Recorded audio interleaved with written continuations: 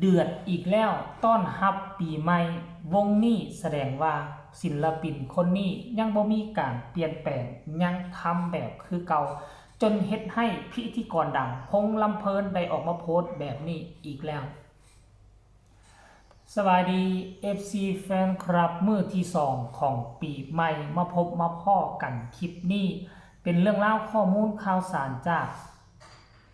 ศิลปินหรือว่าสมาชิกคนหนึ่งของวงอลังการโชว์ท่านผู้ชม FC แฟนคลับตั้งแต่ปีกายพุ่นทุกคนก็คงจะได้รับข้อมูลข่าวสารมาแล้วแหละมันมีประเด็นดราม่ามาต่อเนื่องนิดเลียนติดประเด็นดราม่าระหว่างพงษ์ลำเพลินกับศิลปินคนหนึ่งเนาะปีที่ผ่านมานี่นะก็คิดว่ามันน่าจะจบไปแล้วแต่ว่ามันก็มีข้อมูลข่าวสารลุดเล็ดลอดออกมาตลอดอย่างต่อเนื่องบางคนก็ว่าเป็นแค่คอนเทนต์ก่อนจะปล่อยเพลงบางคนก็บอกว่ามันเป็นเรื่องจริงนั่นละเพราะว่าหมอนี่ไปอยู่ใส่มันก็สร้างปัญหาให้บอลนั่นมาตลอดเนาะจนว่ามิดเงียบไปก่อนที่จะส่งท้ายปีเก่าต้อนรับปีใหม่นี่ก็คิดว่าสิบ่มีอีหยังก็คิดว่าเรื่องราวที่เลวร้ายเกี่ยวกับวงนี้ก็คงจะจางหายไปแล้วแต่ว่ามันบ่แม่นแนวนั้นเด้ทุกคนมันบ่เป็นที่เฮาคิดมื้อวานนี้วันที่1แล้วก็มื้อนี้วันที่2มันมีข้อมูลข่าวสารเล็ดลอดออกมาอีกแล้วซึ่งพิธีกรพงษ์ลำเพลินได้ออกมาโพสต์เคลื่อนไหวว่ามีเวลาแค่ไม่กี่นาทีที่จะได้โชว์ศักยภาพให้คนหน้าเวทีประทับใจบ่แมนออกไปขายหน้าเวลาบอกกะเถียงโทษคนนั่นคนนี้แบบนี้บ่มีคำสิเว้านายว่าสั่นโอ้โหใส่คำว่าเบิดคำสิเว้าพงษ์ลำเพลินเบิดคำสิเว้าพงษ์ลำเพลินเพิ่นเป็นไผบางคนก็ว่าเป็นหัวหน้าวงว่ะเป็นผู้จัดการวงบ่เนาะ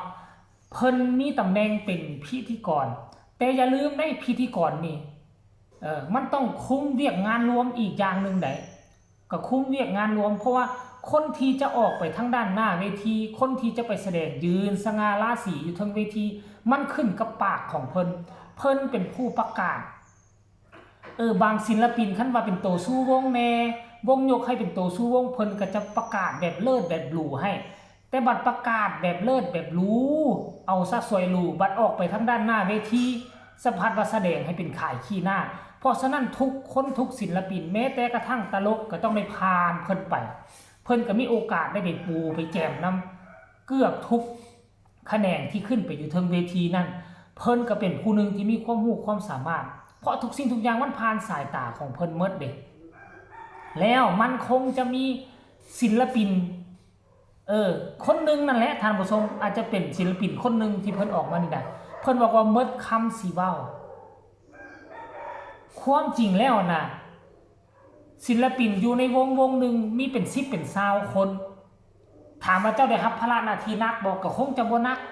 เพราะว่าการแสดงในค่ำคืนนึงนี่แต่ละค่ำคืนนี่บ่แม่นว่าเขาสิให้เจ้าแสดงผู้เดียวตั้งแต่ตีหนึ่งจนฮอดตี4ตี5จนฮอดซอดแจ้งก็บ่แม่นว่าสิให้เจ้าแสดงผู้เดียวเพราะฉะนั้นเจ้าจะมีข้ออ้างว่าโอ้ยค่อยเพลงค่อยลายโพดค่อยซ่อมนักซ่อมเมื่อยโพดมันสิเมื่อยจังไหนขึ้นไปแต่ละคนก็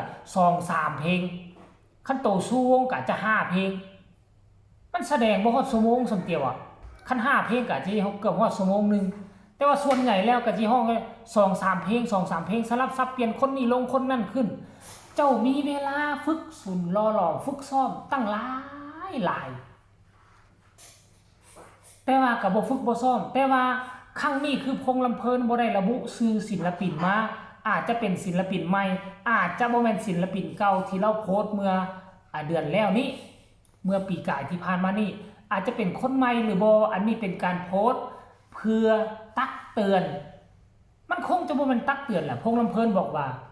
มีเวลาบ่กี่เท่าใดนาทีขึ้นไปแล้วไปทำขายขี้หน้าบัดตำหนิตีเตือนสัมผัสว่าเครียดสัมผัสว่าโกรธแค้นกันมันสิแม่นผู้ใดวะส่วนใหญ่แล้วศิลปินอยู่ในวงก็บ่ค่อยมีปัญหาเด้นอกจากคนนั้นน่ะแต่ว่าอันนี้ค่อยบ่ได้ชื่อนะ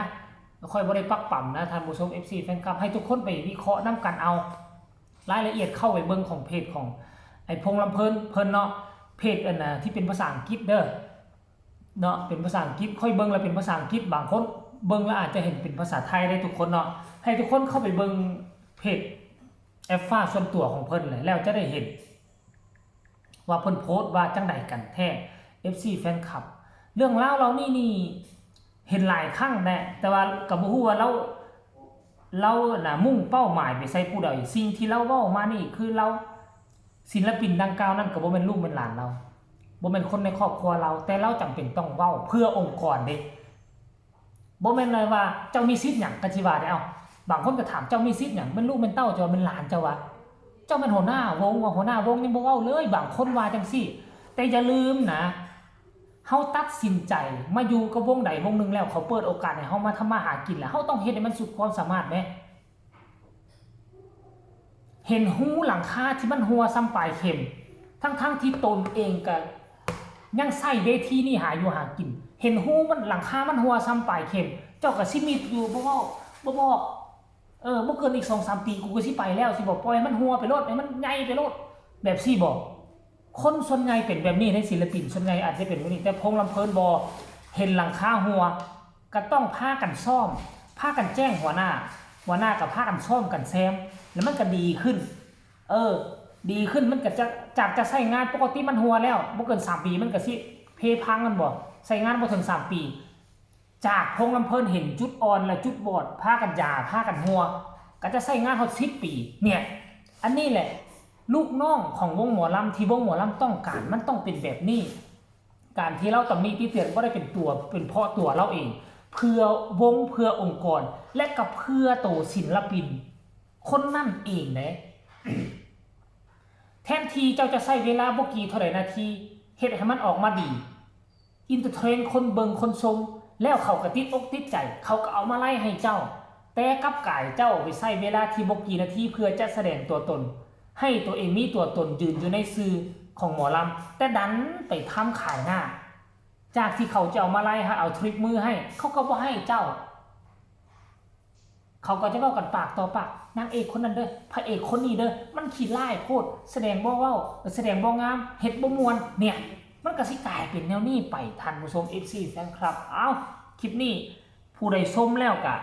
พากันวิเคราะห์เอาเองพงษ์ลำเพิ่นหมายถึงผู้ใดหมายถึงศิลปินคนใดให้พากันวิเคราะห์เอาเองเพราะว่าค่อยก็บ่ฮู้เนาะแต่ว่าที่แน่ๆก็คืออยู่ในวงอลังการโชว์นั่นแหละจะเป็นคนใดนั่นให้พวกเจ้าเดาเอาก็แล้วกันสำหรับคลิปนี้เดือนฮับต้นปีใหม่ของพงษ์ลำเพิ่นวงอลังการโชว์ใครมีคำตำหนิติชมคำคิดคำเห็นส่งข่าวมาได้พอกันใหม่ในคลิปหน้าสบายดี